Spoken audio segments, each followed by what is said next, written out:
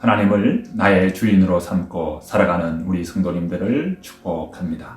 하나님께서 반드시 우리의 삶에 응답과 승리를 주실 것을 믿습니다. 축복된 삶으로 축복하고 기도합니다. 오늘 말씀은 시편 68편의 말씀으로 함께 나눕니다. 하나님이 일어나시니 원수들은 흩어지며 주를 미워하는 자들은 주 앞에서 도망하리이다. 연기가 불려가듯이 그들을 몰아내소서. 불 앞에서 미리 녹음같이 악인이 하나님 앞에서 망하게 하소서. 의인은 기뻐하여 하나님 앞에서 뛰놀며 기뻐하고 즐거워할지어다. 하나님께 노래하며 그의 이름을 찬양하라. 하늘을 타고 광야에 행하시던 일을 위하여 대로를 수축하라. 그의 이름은 여호와이시니 그의 앞에서 뛰놀지어다.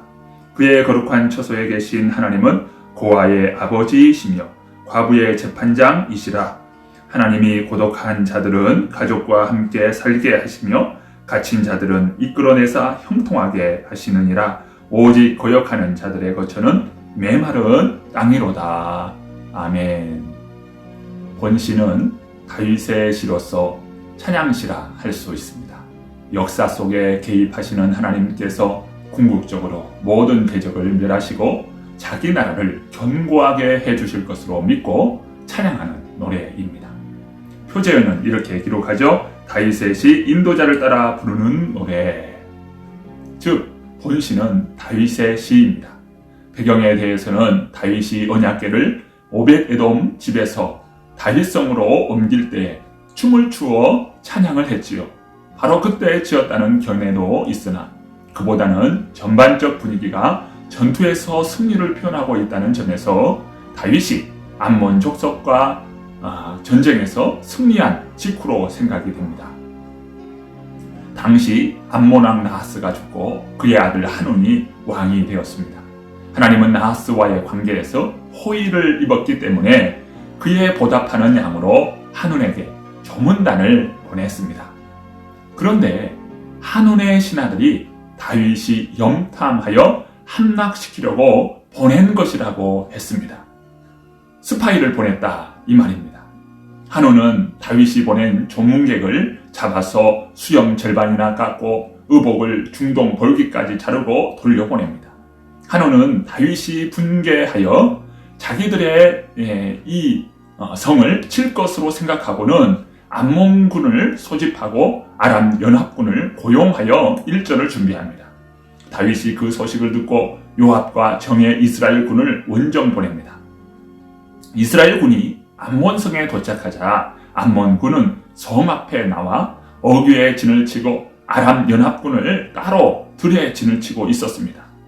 요압이 최정예군을 뽑아 아람 연합군을 대하고 아비새가 남은 군사로 암몬을 대했는데요. 요압의 부대가 아람 연합군을 공격하자 그들이 도망했고 아람 군대도 아람 연합군의 도망함을 보고서 아비새 부대 앞에서 도망하여 성내로 들어갑니다. 그래서 이스라엘 군대가 승리하고 예루살렘으로 돌아오게 되었습니다. 그런데 아람 연합군 중 아람 소바국의 왕 하다데셀이 패배를 수치스럽게 여겨서 다시 아람 소국들의 군대를 소집하였고 이스라엘을 공격하기 위해 헬람이라고 하는 곳에 진을 쳤습니다. 다윗이 그 소식을 듣고 이스라엘 각 지파에서 군사를 모집하여 전면전을 하게 했는데요.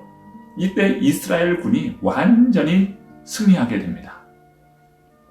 본시는 내용상 이스라엘 군이 거의 승기를 잡고 완승을 앞둔 시점에 지은 시로 생각됩니다.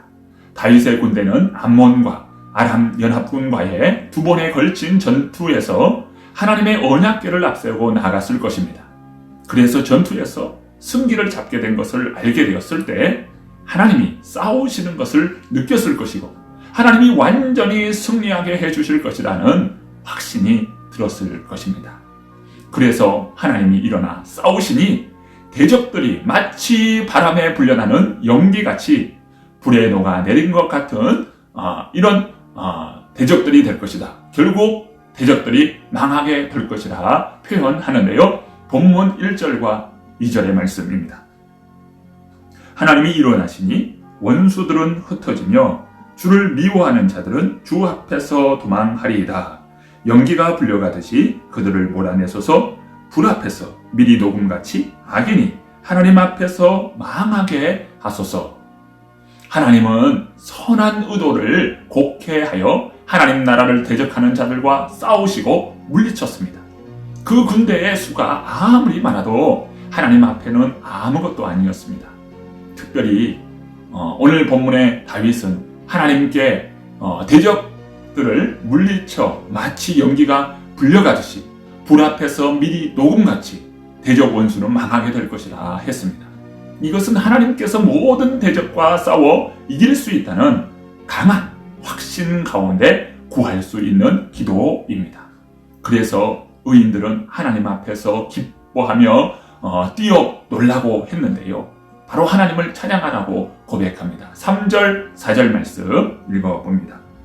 의인은 기뻐하여 하나님 앞에서 뛰놀며 기뻐하고 즐거워할지어다. 하나님께 노래하며 그의 이름을 찬양하라. 하늘을 타고 광야에 행하시던 일을 위하여 대로를 수축하라. 그의 이름은 여호와이시니 그의 앞에서 뛰놀지어다. 구름을 타고 광야를 행하시던 일을 위해 대로를 수축하라고 했습니다. 앞서 행하며 싸우신 하나님이 나아가도록 그 길을 넓히라는 표현입니다. 하나님을 존대하라는 표현이지요.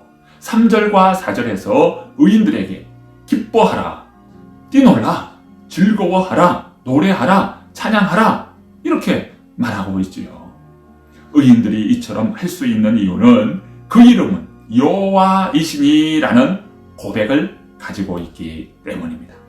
그리고 하나님은 거룩한 처소에 계신 분이며 고아의 아버지이시며 과부의 재판장이라고 말씀합니다. 아주 독특한 표현이기도 하지요. 사회적으로 소외된 자들의 편이 되어주시는 하나님이라는 말씀입니다. 이제 5절, 6절의 말씀을 보시겠습니다. 그의 거룩한 처소에 계신 하나님은 고아의 아버지이시며 과부의 재판장이시라. 하나님이 고독한 자들은 가족과 함께 살게 하시며 갇힌 자들은 이끌어내사 형통하게 하시느니라. 오직 거역하는 자들의 거처는 메마른 땅이로다.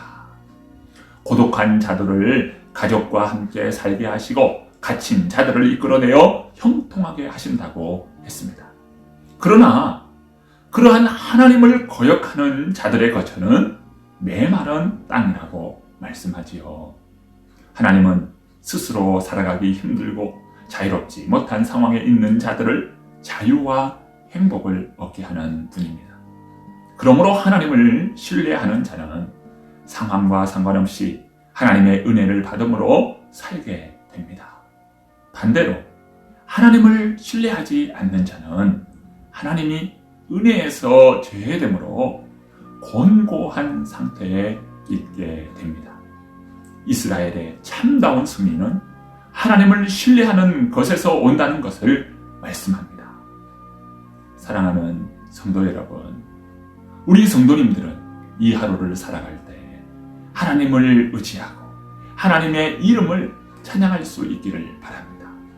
승리의 이야기가 나와 먼 이야기가 아니라 오늘 나의 이야기가 되리라 믿습니다. 하나님께서 크게 은혜 주시고 능력 주셔서 이 하루도 주님을 찬양하고 경배하는 복 있는 하루 되기를 축복합니다. 기도합니다. 하나님 아버지 감사합니다.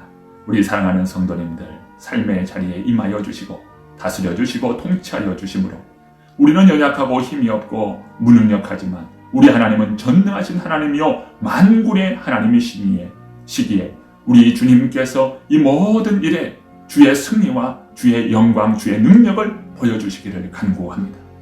저희들과 함께 하시는 주님, 이 하루도 승리의 하루가 되도록 도와주시옵소서. 은혜와 평강으로 인도하여 주시고 형통한 인생들이 다 되도록 주께서 역사하여 주시옵소서. 아버지 하나님, 마음 다하여 주님과 늘 깊이 교제하고 주님과 늘 영적인 사귐을 갖는 저희들이 다 되도록 주여 은총을 베풀어 주옵소서. 주께서 하늘문 여시고 은혜 베푸시고 능력 주심을 믿사오며 예수 그리스도의 이름으로 간절히 기도드리옵나이다. 아멘. 하나님이 일어나시니 원수들은 흩어지며 주를 미워하는 자들은 주 앞에서 도망하리이다. 연기가 불려가듯이 그들을 몰아내소서. 불 앞에서 미리 녹음같이 악인이 하나님 앞에서 망하게 하소서. 의인은 기뻐하여 하나님 앞에서 뛰놀며 기뻐하고 즐거워할지어다. 하나님께 노래하며 그의 이름을 찬양하라. 하늘을 타고 광야에 행하시던 일을 위하여 대로를 수축하라. 그의 이름은 여호와이시니 그의 앞에서 뛰놀지어다. 그의 거룩한 처소에 계신 하나님은 고아의 아버지이시며 과부의 재판장이시라. 하나님이 고독한 자들은 가족과 함께 살게 하시며 갇힌 자들은 이끌어내사 형통하게 하시느니라. 오직 거역하는 자들의 거처는 메마른 땅이로다. 아멘.